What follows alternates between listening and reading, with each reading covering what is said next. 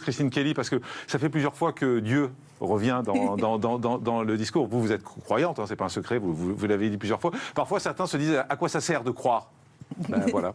Bon, je crois qu'on a la réponse finalement. Ça sert à garder l'espoir et ça sert également à continuer à se battre. Et j'irais même plus loin, tous ceux qui ont une certaine spiritualité, voilà, quelle que soit peut-être leur croyance, permet justement d'affronter le réel et permet justement d'avoir cette force. Et tous les grands spécialistes disent qu'on tire une certaine résilience, on vit plus longtemps lorsqu'on a une foi, quel que soit ce à quoi on croit, mais lorsqu'on a une certaine spiritualité, ça permet de faire face au réel. Et évidemment, Israël a une très très grande histoire, puisque vous faites le lien avec la Bible. Israël a une très très grande histoire. C'est le peuple choisi par Dieu selon la Bible et selon les croyants. Donc c'est vrai que pour continuer ce que vous disiez, les croyants regardent cet épisode avec un œil très particulier. Ouais, et on l'entend dans les témoignages qui sont très forts. Juste sur l'hôpital qui a été touché, moi je voudrais vous montrer quelque chose que j'ai vu ce matin sur les réseaux sociaux et j'ai été profondément choqué.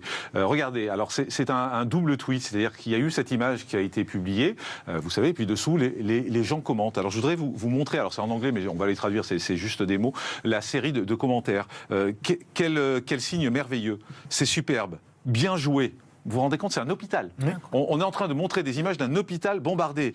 Et il y en a même un qui s'appelle Salman Varzi qui dit « The best place to eat ». Le meilleur endroit à toucher. Non mais vous vous rendez compte, on parle d'un hôpital. En fait, c'est la haine, elle est incroyable. C'est le rapport à l'humanité dont on parlait tout à l'heure qui n'est pas le même. On voit bien que la radicalisation d'ailleurs de toutes les... C'est même pas de l'opinion, c'est un point de vue sur la vie.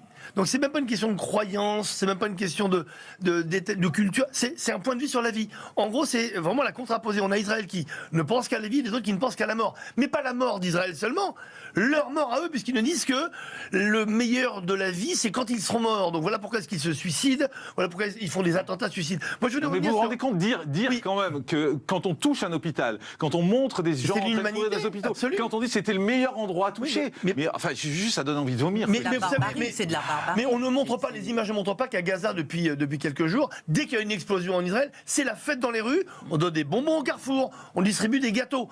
Et comme ça a été le 7 octobre, à un moment, il faut arrêter de se cacher derrière notre petit doigt. On veut voir de l'humanité partout, mais même là où il n'y a pas d'humanité. Et ça, c'est une erreur.